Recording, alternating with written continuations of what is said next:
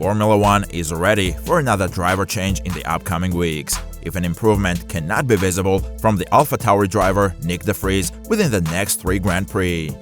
Formula One fans have a divided opinion regarding the issue, as people love to see the possible replacement of de Vries, Daniel Ricciardo, back on a Formula One car.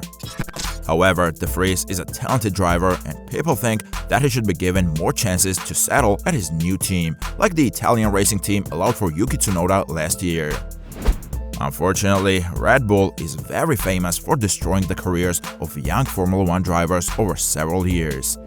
Nyck de Vries is not the first victim of this rude process, and drivers like Brandon Hartley, Pierre Gasly, Alexander Albon, and Daniel Kvyat are some famous victims of the process.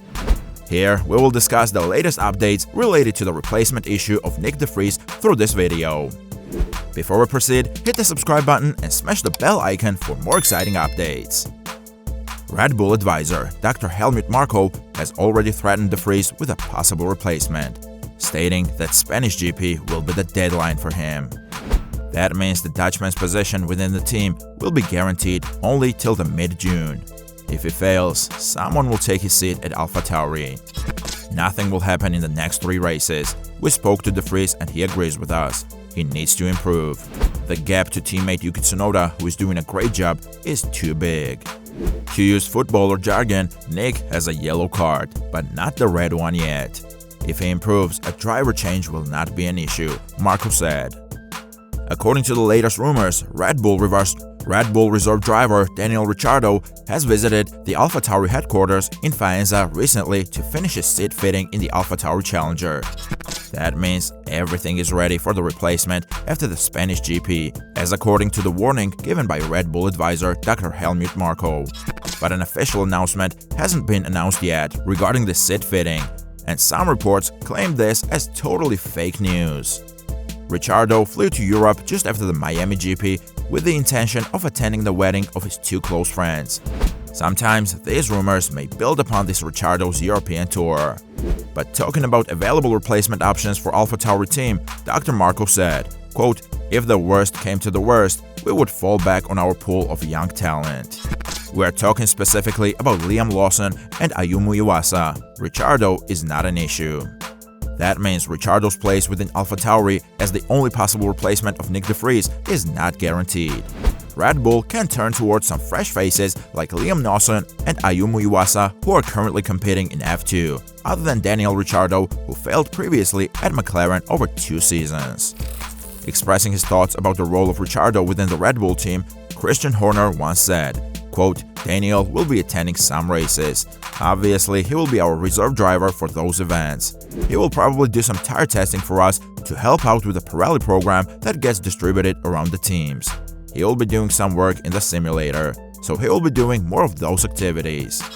And then, of course, with the commercial demands that we have from the myriad of sponsors and partners that we have, particularly with a much bigger presence in the US, where Daniel is now predominantly based, with 3 Grand Prix there next year, he is going to have a busy agenda for the season ahead, added Horner. That means the intentions behind the addition of Ricciardo were purely commercial at the beginning of the season, and this is something outside of Red Bull's original agenda. No one ever thought that former Formula E champion would be failed in F1 in such a disastrous way. It is something impossible to happen, as everyone knows de Vries as a consistent performer in different single-seater motorsport categories. He was the 2019 Formula 2 champion and then moved to Formula E as he didn't get enough opportunity at F1. After winning Formula E championships in 2021 and 2022 with Mercedes EQ teams, he decided to return to the premium single-seater motorsport category in reserve driver capacity.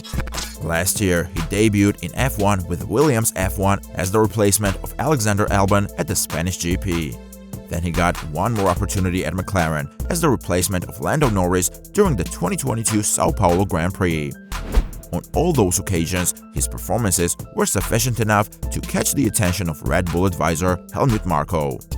Then he replaced Pierre Gasly at AlphaTauri, who decided to leave the team at the end of the 2022 season to join with Alpine. everyone thought that de Vries will be an exceptional performer in F1 who can even challenge Verstappen's position within the Red Bull setup as well.